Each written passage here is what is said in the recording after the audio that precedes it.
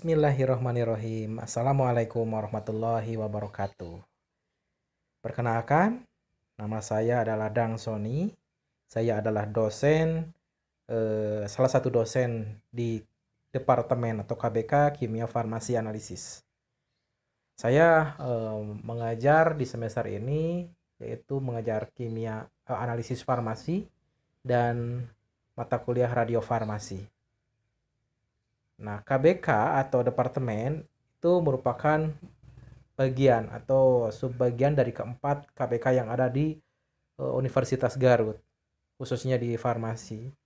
Di antaranya ada KBK Fitokimia, ada KBK Farmakologi, ada KBK Teknologi Farmasi, dan yang terakhir adalah KBK Kimia Farmasi Analisis. Nah, apa saja sih mata kuliah yang diajarkan di KBK Kimia Farmasi Analisis? Nah, yang pertama di antaranya ada mikrobiologi.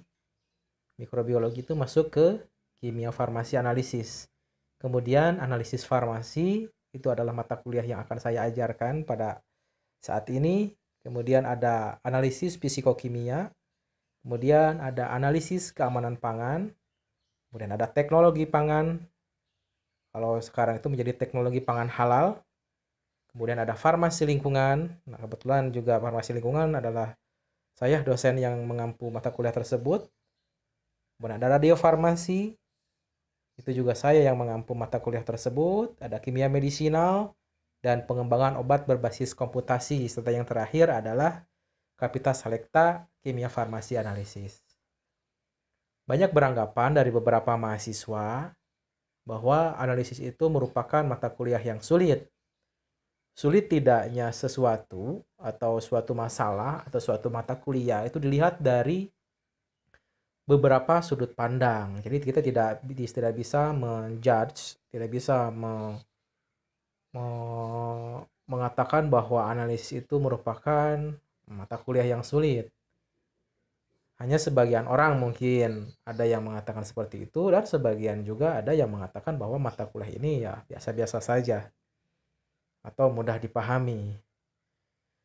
Nah, untuk mata kuliah analisis farmasi, saya akan mengajar dari mulai kelas A, kelas B, kelas C, dan kelas D dari awal perkuliahan hingga UTS. Dan sisanya setelah UTS hingga UAS akan diisi oleh Ibu Rizka. Nah, di KBK Kimia Farmasi Analisis, saya kebetulan di sini sebagai ketua KBK-nya atau kepala departemennya. Yang asal mulanya kepala departemennya atau ketua KBK-nya adalah Ibu Rizka.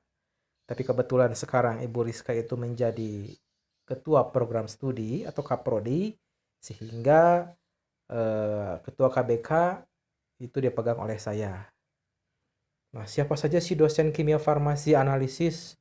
Nah, saya kira Anda tidak asing dengan beberapa dosen yang saya tampilkan gambarnya yang ditampilkan di sini. Awalnya dosen kimia farmasi analisis itu ada 8 orang. Kemudian ditambah dengan Pak Abdillah menjadi 9 orang. Awalnya 7 orang, sekarang menjadi 8 orang. Nah, saya sebutkan saja dari sebelah kiri terlebih dahulu. Ada Ibu Selvira. Nah, beliau mengajar kimia medisinal dan mikrobiologi farmasi. Kemudian ada Pak Sendi, beliau mengajar mikrobiologi farmasi dan Kapita Selecta. Nah, mata kuliah apa sih Kapita Selecta tersebut? Nah, mata kuliah Kapita Selecta merupakan mata kuliah biasanya diperuntukkan untuk mahasiswa yang akan mengambil tugas akhir. Jadi jika Anda ingin mengambil tema penelitiannya itu tentang analisis, maka disarankan Anda ngambil dulu mata kuliah Kapita Selecta karena akan dibimbing di situ. Akan diarahkan penelitiannya kemana. Kemudian ada Bu Rizka. Nah, itu Bu Rizka yang tangannya ke atas itu sekarang menjabat sebagai kaprodi di farmasi. Kaprodi di farmasi di jurusan farmasi itu periodenya dari tahun 2020 sekarang hingga tahun 2025 atau 2024. Kemudian dilanjutkan, selanjutnya adalah Ibu Nofri. Ibu Nofri itu bidang keahliannya di analisis pangan dan teknologi pangan. Jadi nanti Anda akan bertemu dengan mata kuliah yang berkaitan dengan pangan. Contoh ada teknologi pangan halal, ada juga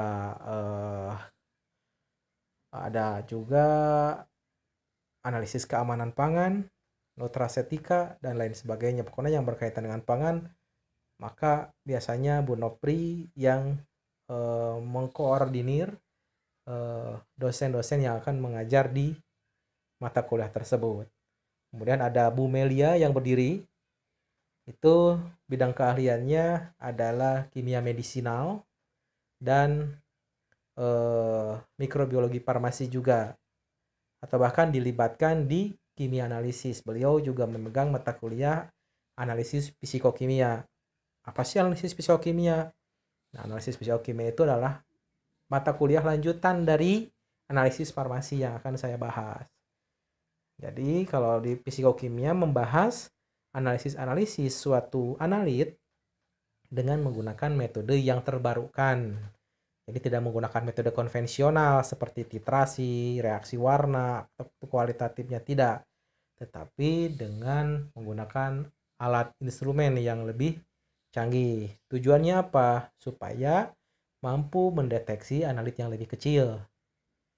Kemudian lanjut, itu foto saya yang berkacamata. Nah, itu saya. Nah, bidang keahlian saya di analisis farmasi, analisis keamanan pangan, dan mikrobiologi farmasi. Kemudian ada yang duduk, itu adalah Ibu Evan. Bidang keahliannya Ibu Evan di kimia analisis dengan saya. Kemudian pangan juga berkoordinasi dengan Bu Nofri. Dan yang terakhir adalah Pak Abdillah. Ini belum masuk nih fotonya, makanya saya tempelkan di samping. Karena beliau merupakan dosen baru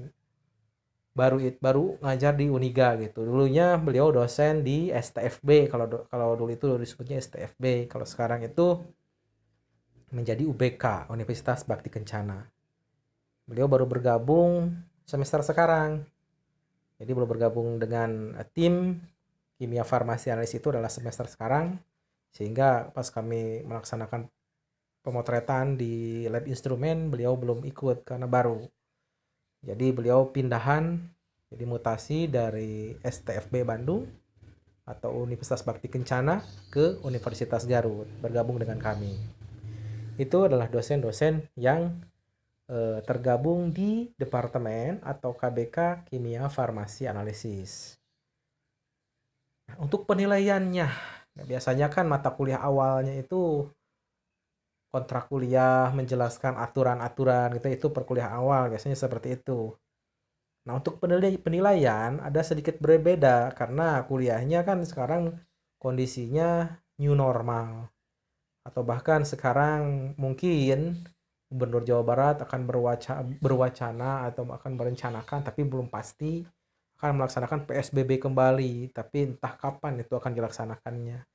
Sehingga kuliah secara luring atau secara offline atau dilakukan secara tatap muka di kelas itu belum dipastikan kapan akan diselenggarakan. Sehingga perkuliahan harus dilakukan secara daring. Nah, bagaimana teknis penilaiannya atau aturan penilaiannya? Di sini yang pertama ada nilai UTS, nilai UAS, nilai project, dan absensi.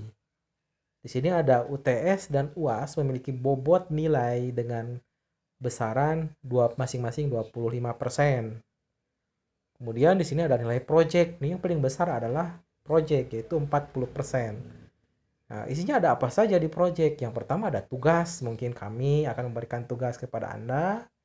Kemudian Anda mengumpulkan tugas kepada kami. Nah, mungkin akan kami berikan nilai. Kemudian jika misalkan ada kuis, nah mungkin juga itu masuk ke dalam penilaian. Kuisnya juga dilakukan secara online juga. Biasanya bisa dengan kuisnya itu dalam bentuk multiple choice ataupun dalam bentuk esai. Dan yang ketiga ada praktikum, itu masuk ke dalam tugas.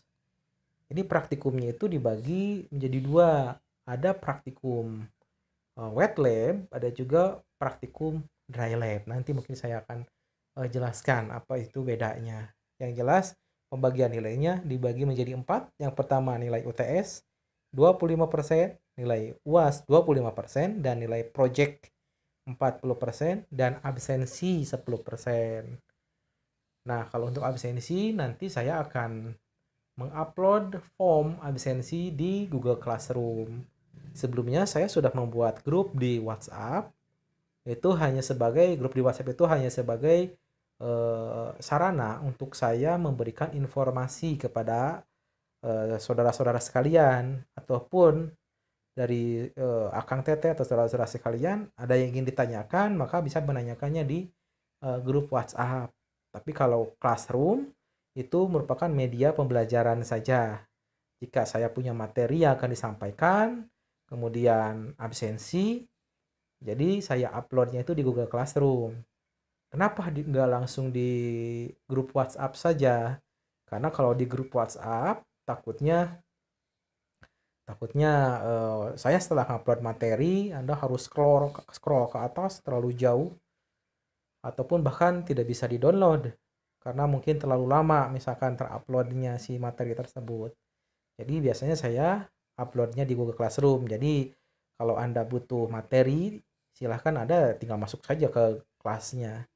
Nah, kode kelasnya sudah saya share di masing-masing kelas untuk masing-masing Google Classroom.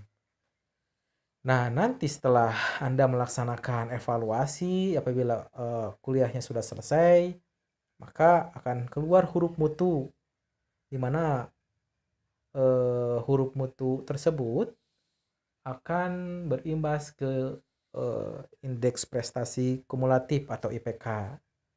Nah, batasannya apa atau range-nya seperti apa? Nah, di sini untuk nilai A, jika nilai akhirnya untuk angka A, jika nilai A, untuk huruf mutu A, jika nilai akhirnya berada pada range 80 sampai 100, untuk B 70 sampai 79,99, untuk C 60 sampai 69, untuk D 45 sampai 59, dan sisanya jika di bawah 45 angka akhirnya, maka itu Anda akan diberikan nilai E.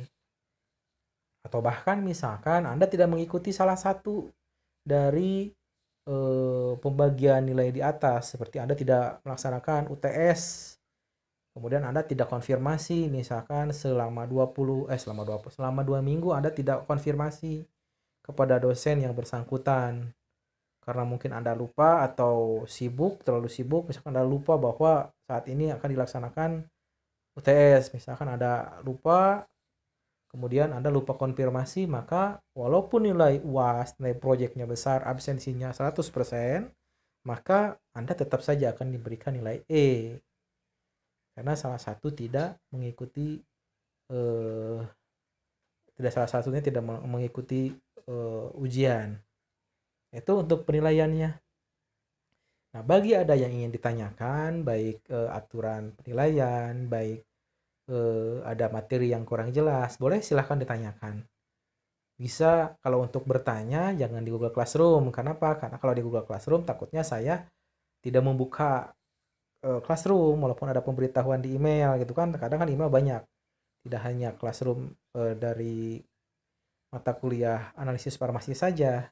Mungkin saja ada email-email yang lain, jadi saya suka lupa membukanya. Jika ingin bertanya, silahkan Anda tanyakan di grup. Boleh di grup, tapi kalau misalkan Anda sifatnya mungkin saya malu kalau misalkan bertanya hal yang seperti bertanyanya di grup, misalkan boleh silahkan Anda langsung japri kepada saya. Kemudian kalau misalkan ingin lebih jelas lagi, saya ingin lebih jelas lagi tentang materi yang dijelaskan, ada yang tidak saya mengerti, boleh silahkan Anda mendatangi ruangan saya. Ruangan saya ada di Lab Kimia Farmasi Analisis. Silahkan Anda boleh menanyakan materi apa saja yang tidak jelas. Apakah boleh saya atau Anda ke kampus? Boleh, silahkan Anda ke kampus. Seperti Anda melaksanakan praktikum kemarin. dengan melaksanakan protokol kesehatan saja. Boleh, silahkan. Saya tunggu jadwalnya. Yang baku itu selain hari Jumat biasanya saya suka ada di kampus. Kecuali jika ada hal-hal yang tidak bisa ditinggalkan, maka saya tidak bisa untuk berangkat ke kampus. Nah, praktikum sekarang dibagi menjadi dua, sama seperti praktikum kemarin. Dibagi dua, ada praktikum dry lab, ada juga praktikum wet lab. Kalau dry lab berarti diselenggarakan secara daring, secara online. Apa saja sih yang dilaksanakan atau dilakukan pada saat praktikum online? Di antaranya yaitu yang pertama Anda bimbingan mengenai modul apa saja sih yang akan dipraktikumkan. Kemarin-kemarin kan dibagi ya dosen-dosen penanggung jawabnya. Nah, ini juga sekarang akan sama, maka dosen penanggung jawabnya dibagi siapa yang bertanggung jawab memegang kelompok A atau shift A atau shift 1, shift 2, shift 3, disesuaikan dengan dosennya masing-masing. Nah, apa saja yang akan dibahas di praktikum dry lab? Dimulai dari cara membuat aturan-aturan umum, biasanya aturan umum, membuat jurnal, kemudian isi jurnalnya apa saja yang harus dicantumkan, karena mungkin saja ada yang sedikit berbeda. Ada sudah terbiasa memang membuat jurnal di praktikum-praktikum sebelumnya. Atau bahkan mungkin saja sama antara jurnal yang telah Anda buat di praktikum semester 1 atau semester 2 dengan jurnal-jurnal yang dibuat sekarang. Tapi mungkin ada sedikit perbedaan karena beda kebijakan. Kalau semester 1, semester 2 itu bagiannya itu adalah bagian ilmu dasar. Kalau sekarang Anda sudah masuk ke KBK. Nah, analisis itu sudah masuk ke KBK. Mungkin kebijakannya ada sedikit berbeda. Jadi yang harus dicantumkan di dalamnya mungkin bisa saja sama atau mungkin saja ada sedikit perbedaan. Yang dibahas itu di praktikum online yang pertama membuat jurnal. Kemudian selain membuat jurnal, maka kami mungkin saja akan memberikan tes. Seberapa jauh Anda mengetahui tentang atau menguasai materi apa saja yang akan dipraktikumkan. Tesnya macam-macam, bisa multiple choice, bisa esai, ataupun tanya jawab langsung. Satu orang, tiap hari beda orang. Gitu. Jadi seperti pretest. Seperti pretest yang dilakukan di kimia dasar, kalau misalkan ada. Nah, misalkan di pretest, tiap orang, misalkan sehari berapa orang, di pretest satu-satu. Itu bisa secara, dia bisa menggunakan media Zoom, ataupun menggunakan video call WhatsApp. Boleh, silahkan. Atau bahkan mahasiswanya yang harus datang ke kampus untuk melaksanakan pretest. Kalau bisa, tapi kan kalau untuk mahasiswa jauh enaknya menggunakan media online saja. Kemudian nanti akan dilaksanakan praktikum wet lab-nya, lab basah. Maksudnya prakteknya langsung secara seperti sebagaimana Anda melaksanakan praktikum di laboratorium.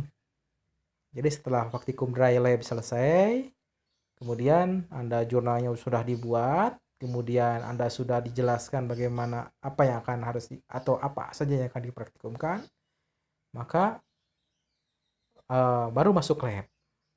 Setelah Anda dinyatakan layak, maka Anda diperbolehkan untuk masuk lab untuk praktikum. Modul yang akan dipraktikumkan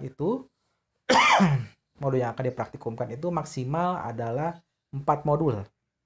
4 modul. Kami akan berkoordinasi dengan tim dosen yang lainnya, modul apa saja yang akan dipraktikumkan. Nah, biasanya kan di dalam buku modul itu ada minimal 6 modul, tapi akan kami pilih saja dari 6 tersebut 4 modul yang dipraktikumkan, yang mewakili dari seluruh modul yang ada di dalam buku modul tersebut. Nah, itu untuk praktikum.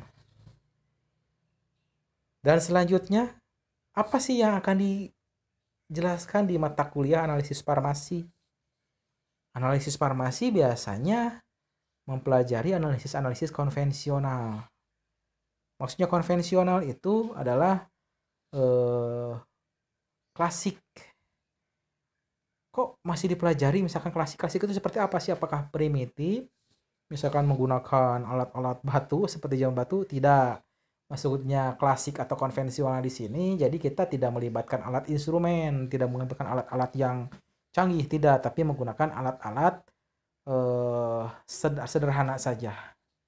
Seperti misalkan Anda mau menganalisis kualitatif, misalkan apakah di dalam sampel kita itu ada paracetamolnya tidak sih, misalkan.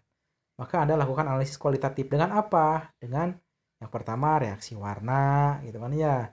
Reaksi terbentuknya endapan, reaksi terbentuknya gas. Nah, itu analisis kualitatif konvensional itu seperti itu. Bagaimana kalau kuantitatifnya? Saya ingin menentukan kadar paracetamol di dalam tablet, misalkan.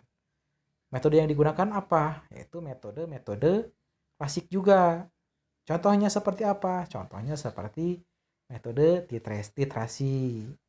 Nah, titrasi itu sudah dijelaskan di kimia dasar atau bahkan ada praktikumnya. Ada praktikumnya di kimia dasar. Kalau nggak salah, mata kuliah di praktikum terakhir itu ada titrasi asam basa. Anda menentukan konsentrasi HCl dititrasi dengan NaOH. Gitu ya. Itu titrasi asam basa. Kok kenapa? Saya tahu. Nah, saya juga alumni Uniga juga. Dan saya lihat modunya belum berubah dari pas dulu saya praktikum atau saya kuliah hingga sekarang, modulnya hampir mirip. Kalau mau ada perubahan kecil, jadi makanya saya tahu bahwa metode titrasi itu sudah dikenalkan di kimia dasar.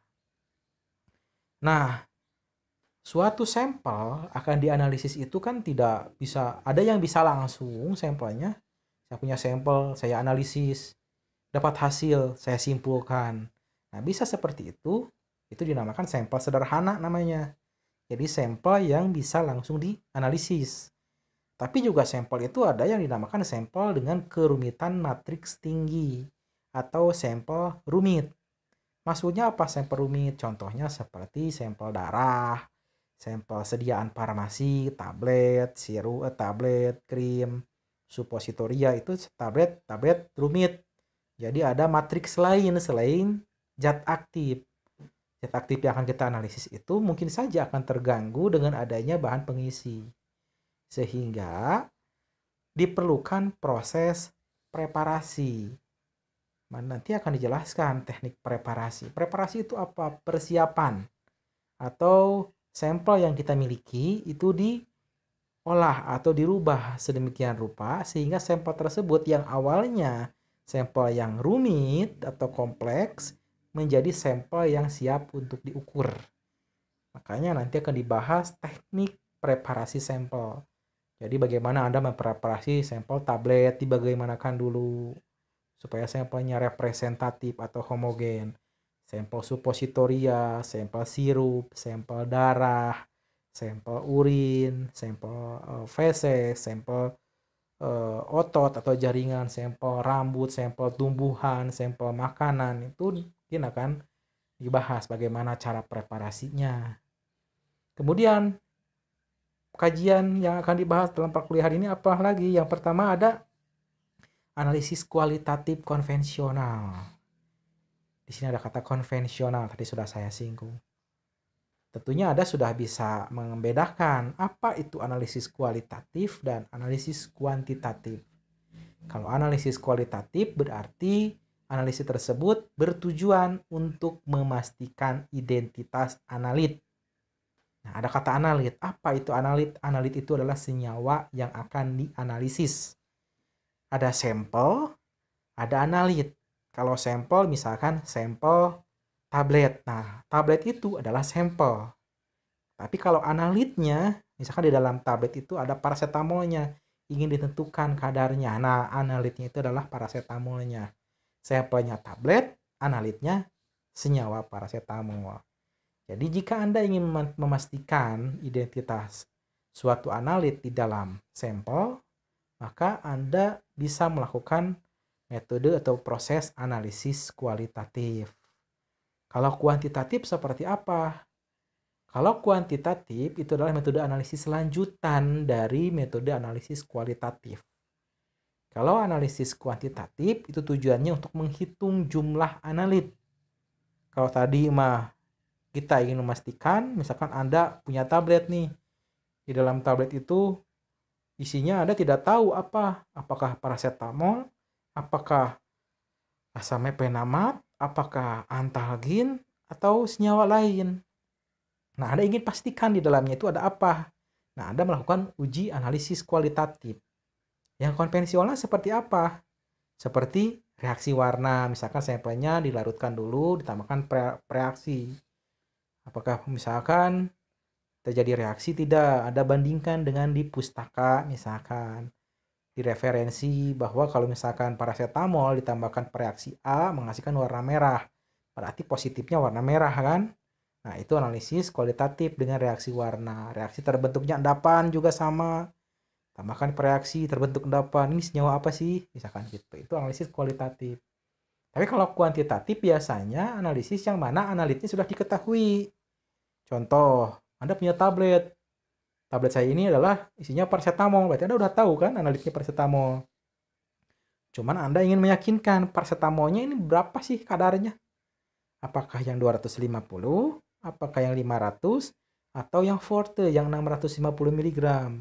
Nah, supaya Anda yakin berapa kadar paracetamol yang ada dalam tablet tersebut, maka Anda akan lakukan proses analisis. Analisis yang mana? Analisis kuantitatif. Nah, analisis kuantitatif yang akan dibahas adalah analisis kuantitatif konvensional. Jadi tidak melibatkan metode instrumen. Saya tidak menggunakan spektrofotometri di sini atau fotometer. Tidak menggunakan VLC, tidak menggunakan kromatografi gas, tidak. Tapi hanya menggunakan metode titrasi saja. Mungkin ada yang bertanya di dalam benak Anda, kenapa Pak menggunakan metode titrasi? Kenapa titrasi masih dipakai? Kan kita hidup di zaman now gitu ya. Kami kan generasi Z, Pak. Kenapa gak langsung menggunakan metode instrumen saja? Nah, bisa saja pertanyaan tersebut ada dalam benak Anda. Kenapa? Misalkan saya tidak atau misalkan industri farmasi atau di farmakope masih mencantumkan metode titrasi. Karena titrasi memiliki beberapa kelebihan. Apa kelebihannya? Titrasi itu merupakan metode analisis yang ekonomis atau murah. Jadi bisa diterapkan. Kemudian titrasi atau penetapan kadar dengan cara konvensional itu bisa dilakukan untuk analit dengan kadar yang tinggi. Anda sudah tahu gak berat tablet paracetamol atau tablet itu rata-rata beratnya berapa? 700 mg kan ya? 700 mg. Contoh, saya punya paracetamol. Dosisnya 500 mg. Berat tabletnya 700 mg. Anda sudah bisa menyimpulkan bahwa di dalam tablet tersebut zat aktifnya lebih banyak dibandingkan bahan pengisi. Jadi metode titrasi saja sudah cukup. Tidak perlu menggunakan metode instrumen. Nah, kapan misalkan kita menggunakan metode instrumen? Jika analitnya sudah sangat kecil sekali. Di mana metode titrasi tidak bisa mendeteksi analit dalam jumlah yang kecil. Contoh, Anda punya tablet paracetamol 500 mg. Kalau di titrasi bisa jika dalam bentuk tablet. Tapi kalau misalkan paracetamolnya Anda makan, kemudian Anda tunggu 2 jam, kemudian Anda ingin mengetahui berapa sih kadar paracetamol dalam darah, nah itu sudah tidak bisa dititrasi lagi. Maka harus dilakukan proses analisis dengan menggunakan alat instrumen. Karena kadarnya terlalu kecil. Nah, seperti itu. Jadi kalau dilihat dari sini, kajian perkuliahan yang akan dibahas di analisis farmasi itu hanya 3 poin. Yang pertama, bagaimana Anda mempreparasi sampel yang benar. Yang kedua, bagaimana Anda melakukan proses analisis secara kualitatif dan kuantitatif secara konvensionalnya. Terus yang modern gimana Pak? Kenapa nggak dibahas HPLC? Kenapa nggak dibahas spektrofotometer, UV-Vis, FTIR atau infrared, dan yang lain sebagainya? Itu dibahas di mata kuliah analisis fisikokimia yang akan diselenggarakan di semester 4. Jadi sebelum ke sana, Anda harus paham dulu di konvensionalnya. Kapan dipakai metode analisis konvensional, kapan menggunakan metode analisis modern. Nah, seperti itu. Nah, untuk analisis kualitatif, tadi sudah saya bedakan, ada dua bagian. Ada analisis kualitatif klasik atau konvensional, ada analisis kualitatif modern. Analisis kualitatif klasik yang akan dibahas yang mana? Yang pertama, analisis kualitatif anion dan kation. Kemudian ada analisis kualitatif molekul. Nah, kalau analisis kualitatif kation dan anion, kita akan belajar mengidentifikasi ion yang bermuatan positif dan ion yang bermuatan negatif. Memang apa kaitannya Pak dengan farmasi? Ada kaitannya tentu. Karena ada ion-ion yang dipergunakan untuk dunia kesehatan. Apa sih itu ion? Ion itu merupakan suatu molekul ataupun suatu atom yang memiliki muatan. Itu dinamakan ion. Muatannya kan ada dua kan? Ada positif, ada negatif. Nah, biasanya bagaimana cara mengidentifikasi ion-ion tersebut secara kualitatif? Nah, maka dilakukan proses analisis kualitatif anion kation. Contoh ion yang bermuatan positif yang digunakan dalam dunia kesehatan seperti natrium, kalium, magnesium itu positif ya. Yang bermuatan negatif contoh klor dan lain sebagainya. Dan memastikan identitasnya dengan analisis kualitatif anion kation. Kemudian analisis kualitatif molekul contohnya apa? Kalau molekul itu suatu gugus atau suatu kumpulan dari beberapa atom yang saling berikatan satu sama lain. Contohnya apa Pak? Molekul zat aktif obat. Ada molekul paracetamol, molekul asam salisilat, molekul metampiron atau antalgin. Itu dinamakan molekul. Nah, bagaimana cara mengidentifikasinya? Saya memastikan di dalam sampel saya itu ada paracetamolnya. Maka dilakukan proses analisis kualitatif dengan menggunakan reaksi-reaksi yang spesifik. Nah, kalau analisis kualitatif modern itu dipergunakan jika analitnya terlalu kecil, tadi sudah saya singgung. Misalkan paracetamolnya ada di dalam darah. Bagaimana cara memastikan bahwa di dalamnya benar-benar ada paracetamol terlarut?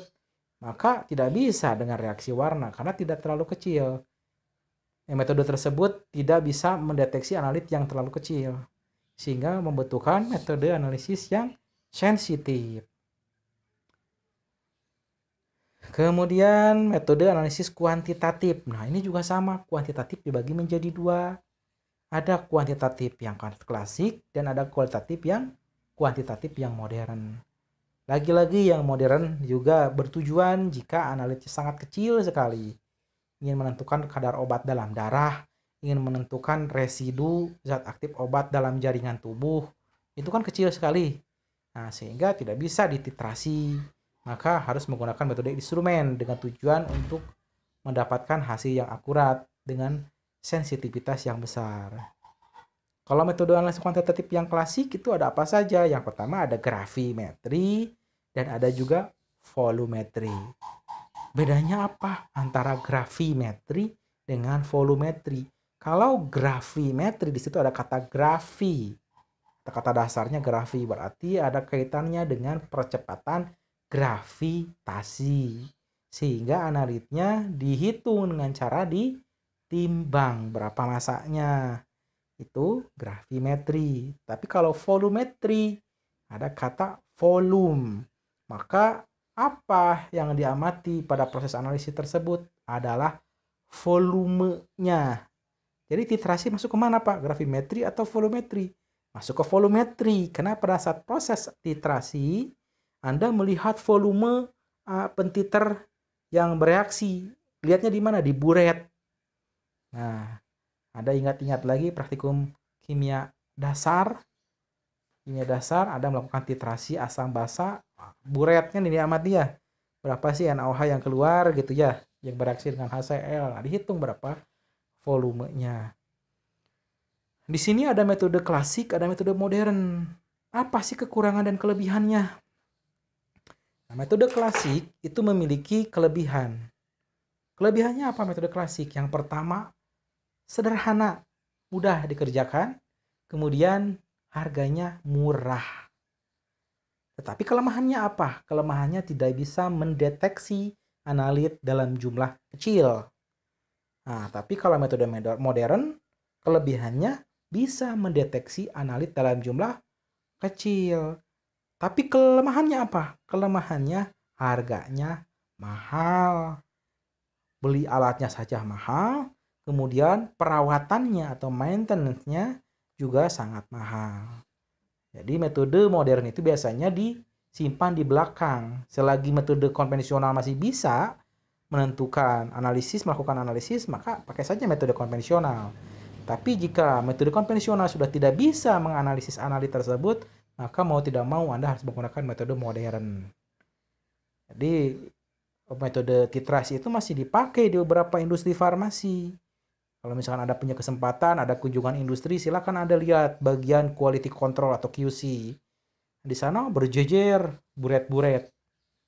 Buat apa? Ya untuk menentukan kadar sediaan zat aktif obat yang ada dalam sediaan yang telah dibuat.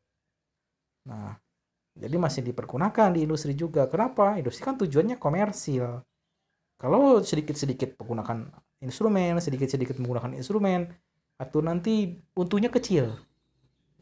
Lebih banyak dipergunakan uangnya itu untuk proses maintenance atau perawatan alat dan perbaikan alat. Jadi tidak ekonomis. Biasanya sampai saat ini masih menggunakan titrasi untuk zat aktif dengan kadar-kadar yang besar. Nanti akan saya bahas. Nah, ruang lingkup kimia farmasi analisis ini baru masuk nih. Ruang lingkupnya apa saja? Nah, ruang lingkupnya yaitu reaksi-reaksi kimia. Jadi ada reaksi-reaksi kimia. Anda nanti bisa membuka lagi pelajaran-pelajaran kimianya. Reaksi-reaksi kimia itu seperti apa. Metode identifikasi. Kemudian mengidentifikasi analit. Memastikan identitas analit. Ada tidak sih analit dalam sampel tersebut. Kemudian analisis senyawa obat. Kemudian sintesis senyawa obat. Nah, yang menemukan obat-obat baru itu adalah orang farmasi analisis. Jadi sebenarnya orang farmasi analisis itu sebenarnya menjanjikan jika mampu menggali potensinya. Jadi tidak ada obat yang bagus jika menurut orang analisis obat tersebut tidak layak. Jadi di industri itu ada bagian yang dinamakan quality control atau QC. Isi orang-orang yang ada di dalam quality control itu orang analisis semua, analisis farmasi. Kalaupun misalkan ada produk yang baru, yang penciptanya itu mengatakan obat ini sangat bagus, tapi setelah obat tersebut masuk ke ruang QC atau quality control, kata orang QC, obat ini tidak layak dipasarkan. Maka obat tersebut mau tidak bisa dipasarkan. Nah, siapa yang memastikan kualitas suatu sediaan? Ya orang analisis gitu ya. Kemudian nasib obat dalam tubuh, obat yang ada di dalam tubuh, nasibnya seperti apa, itu orang analisis yang melakukan proses analisis, yang melakukan penelitiannya. Kemudian struktur kimia dan efek obat. Nah itu saya kira dibahasnya jangan sekarang, nanti dibahasnya di kimia medisinal saja, karena ada kaitannya struktur aktivitas dan dinamakan hubungan struktur dan aktivitas. Itu dibahas di kimia medisinal. Pengertian. Nah, itu pengertian apa sih analisis farmasi? Yaitu merupakan penerapan berbagai teknik, metode, dan prosedur kimia untuk menganalisis bahan baku atau sediaan farmasi. Jadi bahan baku kita analisis, sediaan farmasi pun kita analisis. Jadi kenapa bahan baku harus dianalisis terlebih dahulu? Misalkan Anda bekerja di industri di bagian PPIC, bagian gudang. Bagian produksi akan memberikan request kepada bagian gudang. Tolong kepada bagian gudang sediakan bahan baku paracetamol. Maka bagian gudang akan mencari vendor kan ya. Akan mencari distributor. Mencari distributor bahan baku. Nah, distributor datang membawa sampel. Nah, sampelnya kan tidak langsung Anda terima, Anda uji dulu. Di mana? Di bagian quality control, diuji dulu. Apa yang diuji? Kemurniannya. Takutnya apa? Ditipu takutnya. Kalau misalkan paracetamol kan bisa ditipu, ditukar dengan tepung terigu juga bisa kan, warnanya sama blur putih. Atau pakai tepung kanji kan hampir mirip-mirip saja. Tinggal pakai perasa pahit saja kan kayak paracetamol. Nah, maka dari itu bahan baku juga diuji, dianalisis. Kemudian setelah bahan baku diuji, kemudian dinyatakan lulus atau misalkan kemurniannya memenuhi standar, sehingga boleh langsung didatangkan obatnya. Bahan bakunya datang dalam keadaan sesuai dengan pesanan. Tentunya dikarantina terlebih dahulu, tidak langsung diterima, uji dulu gitu. Kalau murni baru diterima. Kemudian obat tersebut bahan baku tersebut diproduksi menjadi produk jadi, menjadi produk obat. Nah, si produk tersebut itu kan dievaluasi tahapannya. Makanya misalkan ada paracetamol 500 mg. Bagaimana Anda meyakinkan bahwa semua tablet yang dibuat itu semuanya 500 mg? Maka harus dievaluasi di tahapan-tahapannya. Oleh siapa? Oleh bagian quality control lagi, tetap memastikan keseragaman kadar. Takutnya beda-beda kadarnya. Jadi obat itu tidak seragam nanti kadar di dalam sediaannya. Jadi mencantumkan 500 mg itu menjadi tidak benar.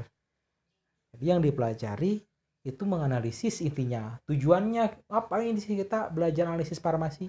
Tujuannya supaya kita bisa menganalisis bahan baku obat hingga bisa menganalisis sediaannya atau produk jadi.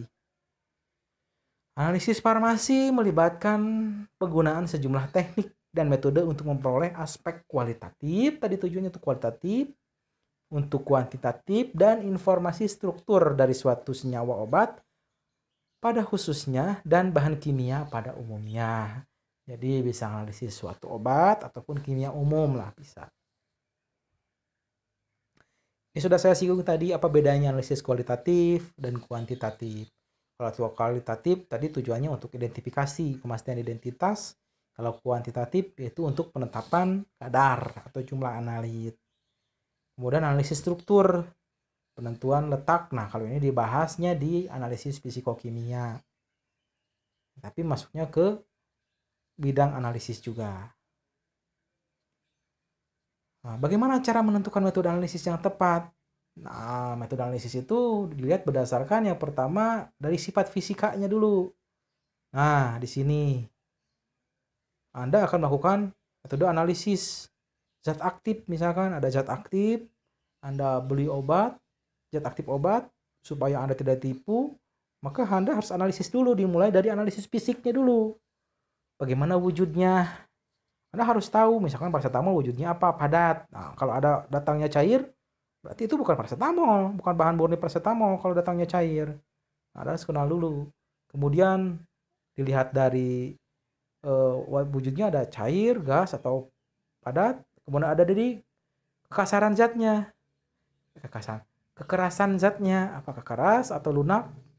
Misalkan kalau paracetamol itu sifatnya keras atau lunak. Apakah selunak seperti oleum kakao gitu? Nah, Anda harus tahu oleum kakao seperti apa teksturnya. Dari warnanya. Paracetamol warnanya apa? Putih misalkan, hablur putih. Kalau datangnya warna merah muda, berarti itu udah bukan paracetamol.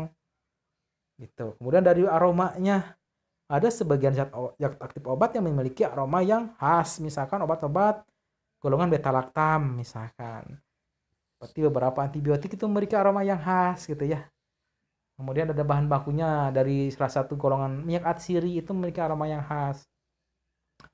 Bentuknya bulat, bundar, persegi, segitiga, segi empat, dan sebagainya. Kemudian tetapan fisikanya. Nah, ini yang paling tidak bisa dibohongi. Nah, kalau ini tetapan fisikanya. Ada massa jenisnya. Nah, paracetamol mungkin bisa dipalsukan. Misalkan dengan tepung apalah terserah. Yang mana hablurnya putih. Kemudian bentuknya hablur putih, rasanya pahit, itu bisa disiasati. Tapi dengan tetapan fisika itu tidak bisa bohong. Karena ada di dalamnya yaitu bobot jenis. Bobot jenis itu suatu senyawa memiliki bobot jenis yang khas. Kalaupun misalkan ada suatu senyawa lain yang memiliki bobot jenis hampir mirip, gimana Pak? Ada uji titik lebur. Nah, uji titik lebur mungkin akan saya bahas nanti ya. Saya bahas uji-uji titik lebur, titik uap, titik beku, titik didih, indeks bias, rotasi optik, gitu kan ya. Itu nanti akan saya bahas satu persatu. Kemudian analisis berdasarkan sifat kimianya. Contohnya seperti apa? Contohnya analisis berdasarkan sifat kimia. Yaitu contohnya seperti perubahan yang dialami oleh suatu benda yang bentuk zat baru dengan ciri-ciri suatu zat berhubungan dengan bentuk zat jenis baru. Contoh sifatnya seperti mudah meledak, mudah beracun, mudah meledak, sifatnya beracun, berkarat atau korosif, mudah teroksidasi, memiliki derajat pH-nya, derajat keasaman atau mudah terionisasi. Nah, sifat-sifat ini juga bisa dipergunakan sebagai acuan. Sebagai acuan untuk proses suatu analisis. Misal datang ada beli natrium misalkan yang sifatnya mudah meledak. Nah, bisa aja sedikit sampel natriumnya masukin ke air, kalau meledak berarti natrium. Atau misalkan sifatnya yang mudah teroksidasi, misalkan tinggal ambil saja sampelnya, kemudian direaksikan dengan senyawa yang bisa bereaksi dengan senyawa yang mudah teroksidasi. Misalkan VC ditambahkan iodium misalkan. Kalau misalkan iodiumnya berubah misalkan yang asal warnanya coklat menjadi bening, nah berarti itu ada senyawa VC-nya. Bisa diduga ada senyawa VC-nya karena VC merupakan senyawa yang mudah teroksidasi. Nah, contohnya di sini saya ingin menentukan kadar asam salisilat dengan cara dititrasi. Karena salisilatnya ada di dalam sampel salep dan VC dalam sampel larutan. Ditentukan kadarnya dengan titrasi asam basa. Nah, maka asam salisilat dan VC memiliki sifat asam sehingga dapat bereaksi kedua-duanya. VC itu nama lainnya adalah asam askorbat. Ya, asamnya itu berarti sifatnya asam. Jika ingin ditetapkan kadarnya hanya dengan titrasi asam basa, maka kadar yang akan ditentukan itu adalah kadar campuran antara VC dan asam salisilat.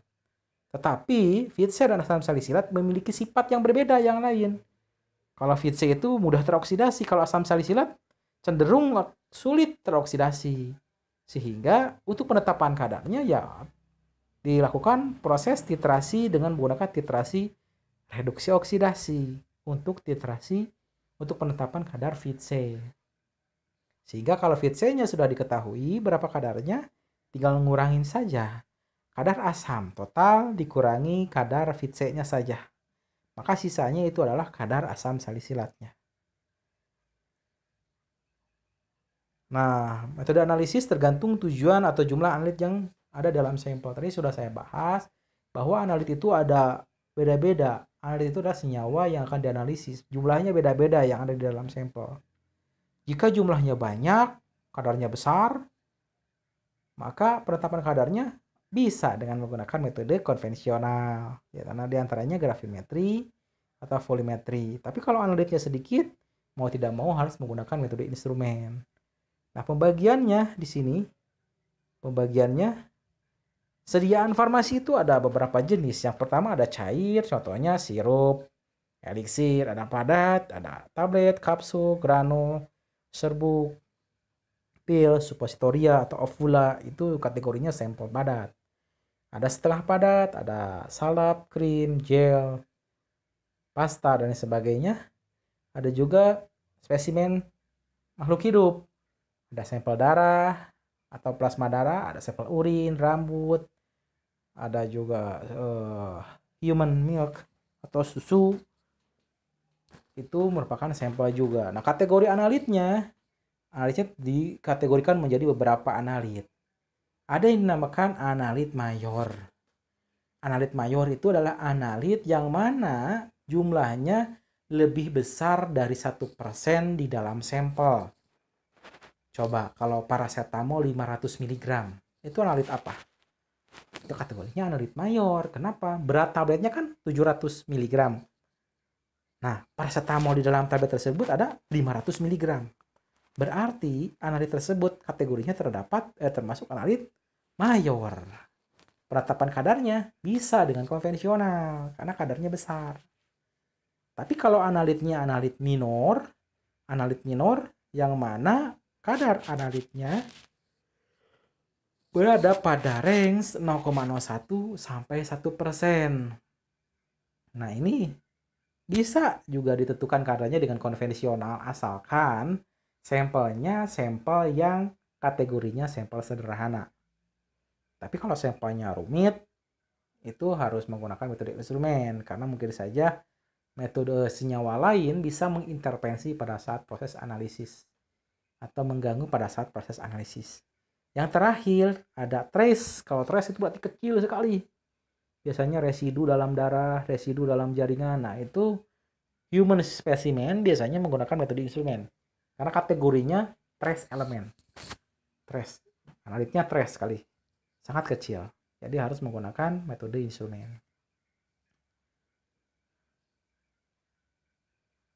Nah, ini ada beberapa teknik analisis. Nah, dan peruntukannya dilihat berdasarkan analit. Yang pertama ada gravimetri. Nah, apa yang diukur? Yaitu berat senyawa murni atau berat senyawa yang telah diketahui secara stoikiometri. Nah, analitnya yang mana? Kategorinya ada yang mayor, ada yang minor tadi. Kemudian titrasi. Titrasi yang diamatinya apa? Volume larutan pentiter misalkan. Nah, senyawa yang analit yang bisa dianalisis kategorinya analit mayor dan minor. Ada juga spektrofotometer. Itu dibahas di psikokimia, ada spektroskopi massa, ada kromatografi, ada analisis thermal, ada elektrokimia. Nah, itu kategorinya ada tuh penggunaan untuk analit apa saja. Kemudian teknik spektroskopi. Harusnya ini jangan dibahas di sini, harusnya dibahas di fisikokimia. Mohon maaf tapi saya singgung saja sedikit. Di sini ada spektrofotometri emisi nyala dan mungkin juga ada bingung apa itu spektroskopi emisi nyala ya. Spektroskopi serapan atom itu seperti apa? Spektroskopi serapan atom. Intinya di sini ada beberapa metode instrumen dari mulai spektroskopi emisi nyala, spektroskopi serapan atom, spektroskopi fluorensi atomik, spektroskopi UV vis, NMR dan MS. Di sini tujuannya untuk identifikasi analit dalam jumlah kecil aja itu intinya. Kalau analitnya kecil atau trace harus menggunakan metode yang ini. Kemudian teknik kromatografi kebagi dua ya. Ada kromatografi konvensional juga ada. Yang dulu di kimia dasar Anda pernah praktek kromatografi kertas dengan menggunakan kertas saring gitu ya. Itu analisis kualitatif. Tapi kalau kuantitatifnya maka harus menggunakan metode kromatografi modern. Nah, di sini contoh kromatografi modern apa? HPLC atau bahasa Indonesianya KCKT atau kromatografi cair kinetika tinggi. Nah, populasi dan sampel. Nah, kenapa kita harus mengambil sampel atau sampling gitu ya? Nah, porsi sampling kenapa nggak semuanya diuji? Itu ada alasannya dan bagaimana caranya. Nah, ini ada beberapa istilah. Yang pertama ada populasi. Apa itu populasi? Jadi keseluruhan dari sampel dengan ciri-ciri yang sama. Misal, saya punya populasi sampel. Apa? Air kolam. Itu sampel dalam satu populasi. Di mana ciri-cirinya sama. Kemudian ada sampel. Sampel itu bagian yang diambil dari populasi.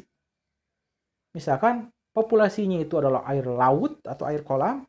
Sampelnya Anda ambil saja. Sampel air laut. Misalkan sebanyak 100 mili. Nah, yang 100 mili itu adalah sampel. Kalau sampling apa? Kalau sampling berarti proses pengambilan sampel. Nah, pengambilan sampel kan itu tidak asal, ada caranya, ada aturannya. Nah, bagaimana aturannya? Nah, nanti akan dibahas ataupun nanti akan saya berikan tugas. Kalau generalisasi jadi proses pengambilan kesimpulan dari sampel yang telah diambil. Misalkan Anda ngambil sampel air kolam, misalkan ingin menentukan kadar Fe yang ada di dalam air kolam. Diambilkan sampelnya, kemudian dianalisis si sampelnya, kemudian disimpulkan kadar Fe dalam sampel ini adalah 200 ppm misalkan. Berarti kesimpulannya kadar Fe dalam satu kolam itu rata-rata atau kurang lebih adalah 200 ppm. Itu generalisasi. Proses pengambilan kesimpulan. atas populasi dilihat berdasarkan sampel yang dianalisis. Nah, mengapa menggunakan sampel gitu? Kenapa ngambil sampel? Kenapa nggak populasinya saja yang diuji? Nah, kalau populasinya terlalu besar, coba bayangkan Anda mau menentukan kadar Fe yang ada di air sungai Cimanuk. Masa semua air sungai Cimanuk mau Anda analisis gitu kan ya? Itu tidak mungkin karena terlalu besar. Maka Anda cukup ngambil sampelnya saja. Kenapa? Karena dengan mengambil sampel mungkin bisa mewakili dari air sungai yang ada di sungai Cimanuk tersebut. Kemudian kenapa harus mengambil sampel tidak diujikan ke populasi? Karena observasi atau penelitian atau percobaan itu bersifat merusak. Contoh misalkan Anda ingin uji keseragaman kadar zat aktif obat dalam tablet di industri. Kalau misalkan yang diujinya itu adalah populasi, maka semua tabletnya harus diuji. Kalau semua tablet diuji, otomatis semua tablet yang diambil itu harus dirusak. Karena sebelum dianalisis kan harus dipreparasi. Tabletnya dihancurkan, dianalisis, terus apa yang akan dijual? Apa yang akan dipasarkan kalau semua sampelnya atau semua populasinya dihancurkan? Maka kita harus melakukan sampling. Ambil sampel saja, asalkan sampel tersebut mewakili dan sifatnya sama dengan populasi. Kemudian ada keterbatasan waktu dan biaya. Kalau misalkan melakukan ujinya satu lautan, itu waktunya lama dan biayanya terlalu besar. Kemudian diperlukan adanya kontrol dan pengaturan terhadap variabel tertentu atas proyek penelitian. Itu adalah alasannya dari kenapa kita harus mengambil sampel. Pengambilan sampel, bagaimana sih cara mengambil sampel yang benar? Berapa ukuran atau jumlah sampel yang akan diambil? Apakah 100 gram? Apakah 1 kilo? Nah, itu ada aturannya. Nah, syaratnya sampel yang baik itu seperti apa? Harus akurasinya bagus, presisinya bagus, dan representatif yang paling ini. Harus mewakili. Jadi kalau Anda ngambil sampel air sungai, maka si sampel yang diambil itu harus mewakili air yang ada di dalam sungai tersebut. Itu yang dinamakan representatif. Nah, tadi sudah disinggung, ada populasi, ada sampel, pengambilan sampling, setelah sampel dilakukan uji, sehingga sampel bisa menyimpulkan yang dinamakan generalisasi. Jadi generalisasi adalah proses pengambilan kesimpulan dari hasil sampel yang dianalisis. Nah, pengambilan sampel itu ada yang dinamakan random, ada yang pengambilan sampel yang representatif. Kemudian di sini ada tugas di sini. Jenis sampling. Tadi kan tugas gedenya 40%. Jadi tolong Anda gali sendiri nih. Ini banyak materinya, silahkan. Kalau saya jelaskan mungkin terlalu lama di sini dan menyita terlalu banyak waktu. Kemudian maka dari itu di sini ada sampling, ada yang dinamakan probabilitas dan non probabilitas sampling. Nah, yang probabilitas itu ada beberapa sub lagi, ada simple random, systematic random, dan lain sebagainya. Ada non-probability, ada yang pertama systematic sampling, quota sampling, incidental sampling, process sampling, dan lain sebagainya. Nah, silakan Anda cari apa yang dimaksud dengan simple random sampling, kemudian systematic dan lain sebagainya. Kemudian, silahkan Anda cari materinya dan silahkan Anda kirimkan tugasnya ke alamat email yang dicantumkan di situ. Alamat emailnya ada di situ di bawah nih, sudut bawah sebelah kiri. Alamat emailnya dang@uniga.ac.id. Silahkan kirimkan tugasnya ke alamat email tersebut. Nah, sampel kan sebelum dianalisis itu harus disimpan ya. Maka harus diperhatikan dulu. Apa sih yang harus diperhatikan? Sifat analit. Karena analit itu kan senyawa yang akan dianalisis. Biasanya Anda ngambil sampel itu kan tidak langsung dianalisis, disimpan dulu. Nah, ada beberapa yang harus diperhatikan. Di antaranya adalah suhu. Apakah sampelnya itu harus disimpan pada suhu rendah atau suhu tinggi? Kalau suhu rendah nanti imbasnya akan seperti apa? Kalau suhu tinggi akan seperti apa? Kemudian nanti kalau sifat fisikokimia dari analit yang akan kita analisis kita udah tahu, maka Anda dituliskan dalam label dan ditempelkan di kemasan sampel. Misalkan sampelnya harus disimpan di lemari es pada suhu 10 derajat Celcius atau di dalam freezer di dalam suhu minus 20 derajat Celcius, misalkan seperti itu. Nah, silahkan saja dibaca. Di sini ada beberapa alasan untuk penyimpanan sampel. Ada pra-perlakuan. Jadi sampel perlakuan itu adalah sampel sebelum dianalisis, yaitu sampelnya yang diantaranya ada yang harus dipanaskan dulu, ada yang harus ditimbang, ada yang harus disaring. Itu sampel-sampel pra-perlakuan. Masuknya ke preparasi. Tapi ada yang lebih luasnya lagi preparasi. Tapi ini mah perlakuan tambahan selain preparasi. Nah, di sini teknik atau perlakuan yang sering digunakan adalah analisis yang langsung jika sampelnya siap dianalisis. Tapi kalau misalkan sampelnya tidak siap untuk dianalisis, maka harus dilakukan proses preparasi terlebih dahulu. Nah, ini ada beberapa hal yang harus diperhatikan dalam preparasi sampel. Ini dibaca saja ya. Jika ada yang ingin ditanyakan, silakan tanyakan, boleh via WhatsApp, tapi jangan di Google Classroom. Kemudian kalau mau menemui saya juga boleh, silahkan ke kampus sambil main. Jadwal saya ada hari Senin sampai Sabtu, kecuali Jumat yang tidak masuk. Ya, kecuali ada hal yang benar-benar tidak bisa saya tinggalkan, maka saya tidak akan ke kampus. Tapi kalau selain hari Jumat biasanya saya ke kampus, karena memang itu jadwal saya ke kampus. Diwajibkan hadir kampus. Nah, materi ini akan saya bagikan di masing-masing kelas. Kelas A, B, C, dan E. Kelas A, B, C, dan D ya, ada 4 kelas. Kemudian akan saya share dalam bentuk link YouTube. Nanti saya akan upload ke YouTube saya. Kemudian linknya akan saya cantumkan di masing-masing Google Classroom. Jadi tinggal Anda kunjungi saja linknya ke YouTube-nya melalui link tersebut. Jadi bisa Anda tonton kapanpun, dimanapun. Selagi Anda punya kuota, silakan. Anda lupa lagi, Anda lihat lagi videonya. Tujuannya apa seperti ini? Tujuannya supaya ngirit kuota lah intinya. Jadi kalau misalkan kita terlalu sering menggunakan Zoom, pengalaman semester kemarin saya ngajar mata kuliah dengan sering-sering menggunakan Zoom, aplikasi Zoom, atau Google Meet, ataupun Microsoft Teams, itu menyita kuota sangat besar sekali.